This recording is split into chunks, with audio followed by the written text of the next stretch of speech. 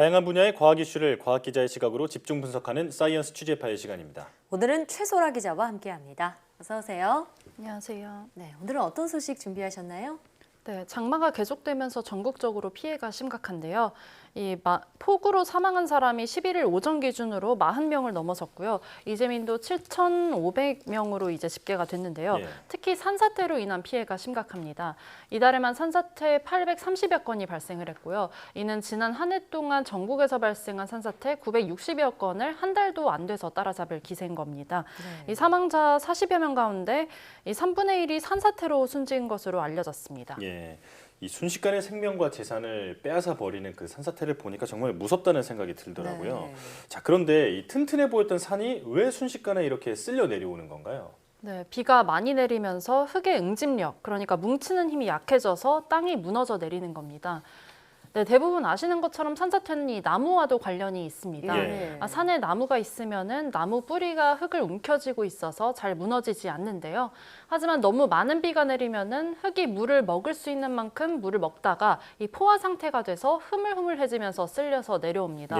마치 아이스크림을 손으로 잡은 것처럼 이 아이스크림이 점점 손가락 사이로 빠져나가는 것 같은 모양새인 겁니다. 네.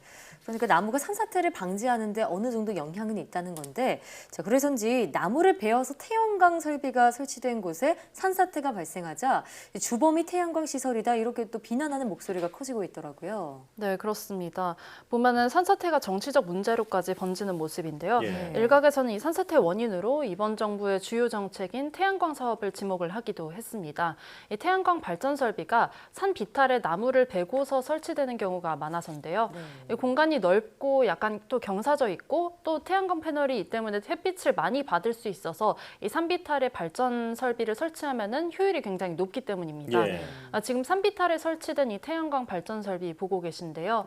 이렇게 피해가 발생을 하는 이 태양광 설비는 지난 9일 오후 기준으로 전국에 12곳 정도의 피해가 발생을 했다고 합니다. 일단 산림청은 태양광 설비와 산사태는 직접적 연관성이 없다는 입장입니다. 이번 장마에 이 전국 평균 강수량이 750mm였는데요. 가장 긴 장마가 있었던 2013년 때보다 2배 정도 더 많아서 전국 어디서나 산사태 위험이 컸다는 겁니다. 또 산업부도 이 산지에 들어선 태양광 발전 시설 12,700여 곳 가운데서 이 폭우 피해를 본 시설이 12곳밖에 안 된다. 그러니까 전체의 0.1%, 극히 일부라는 입장입니다. 전문가의 분석도 들어보시겠습니다. 설치하기 위해서는 땅을 높은 데는 낮추고 낮은 데는 채워가지고 약간 경사면을 만들거든요. 근데 이번에 무너진 곳을 가보면은 대개 성토한 곳, 채운 곳이 1m 50 정도 돼요. 깊이가. 그러면 태양광 설치를 하기 위해서 기둥을 적어도 2m에서 3m 정도까지 깊이 원 땅 단단한 데다가 기둥을 세워야 되거든요. 또 하나는 단지가 있으면은 산 위에서 내려오는 물이 단지로 진입이 안 되도록 단지 주변에 물길을 만들어 줘야 돼요. 그리고 이 물길은 산 비탈면이기 때문에 물길에는 토사도 내려오고 나무 조각도 내려오고 나무 가지들이 내려와서 항상 메꿔질 염려가 굉장히 많습니다. 그렇기 때문에 항상 물길을 유지 관리를 해줘야 돼요. 이 태양광 발전 설비에서 산사태가 발생했더라도 이 태양광 설비 자체가 문제는 아니라는 겁니다. 안전장치와 함께 좀 튼튼하게 짓고 또 노후화되지 않도록 꾸준히 특히 비바람 전후에 집중 관리해야 한다는 건데요. 당국은 추가 피해 방지를 위해서 전국의 태양광 설비 발전 설비 800여 곳을 긴급 점검했습니다. 이 정부의 점검이 계속된다고 하니까 더는 피해가 발생하지 않았으면 좋겠고요.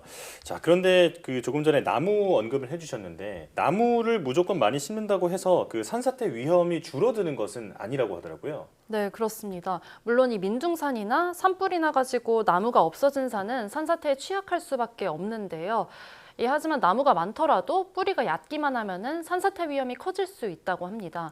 소나무 같은 침엽수는요, 뿌리가 땅의 수평으로 얕게 퍼지는 특성이 있는데요. 이 아카시아 나무나 상수리 나무, 도토리 나무 등 이 화렵수는 뿌리가 땅속 깊이 뻗거든요.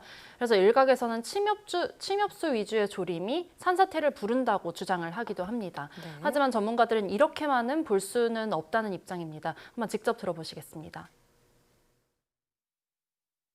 다양한 임명대, 나무 나이대가 골고루 분포를 하게 되면 뿌리도 골고루 분포하게 되고 결국에 산사태 저감하는 효과는 뿌리에서 역할을 하는데 침엽수가 뭐 나쁘고 활엽수가 좋고 이렇게 얘기를 할 수는 없고 온요림일 때 그리고 다양한 임명이 있을 때 일제 동용림보다는 효과가 좋다.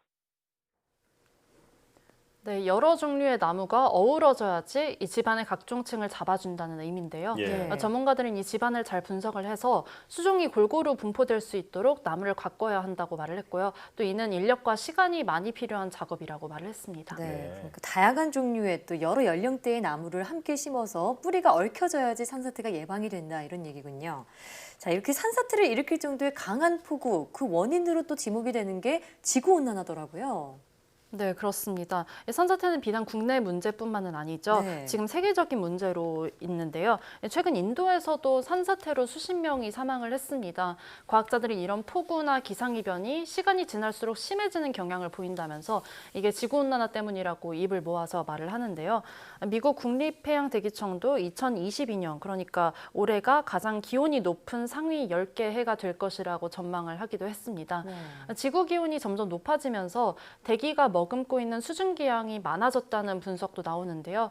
이와 동시에 지표면은 대기 중으로 수분을 점점 빼앗겨서 더욱더 건조해지기도 합니다. 예. 이에 따라서 일부 지역에서는 집중호우가 그리고 일부에서는 심각한 가뭄이 발생하는 등 이런 극단적인 기상이변이 동시에 증가할 수 있다 이런 분석입니다. 예. 오늘 산사태의 원인에 대해서 좀 들어봤는데 그 산사태 피해 원인을 규명하는 것도 중요하지만 사실은 무엇보다 예방과 피해 복구에 집중을 해야 할 때가 아닌가 이런 생각이 들거든요. 자, 우선은 모두가 이 문제에 집중을 했으면 좋겠다는 생각이 들었습니다. 자, 최소라 기자와 함께했습니다. 고맙습니다.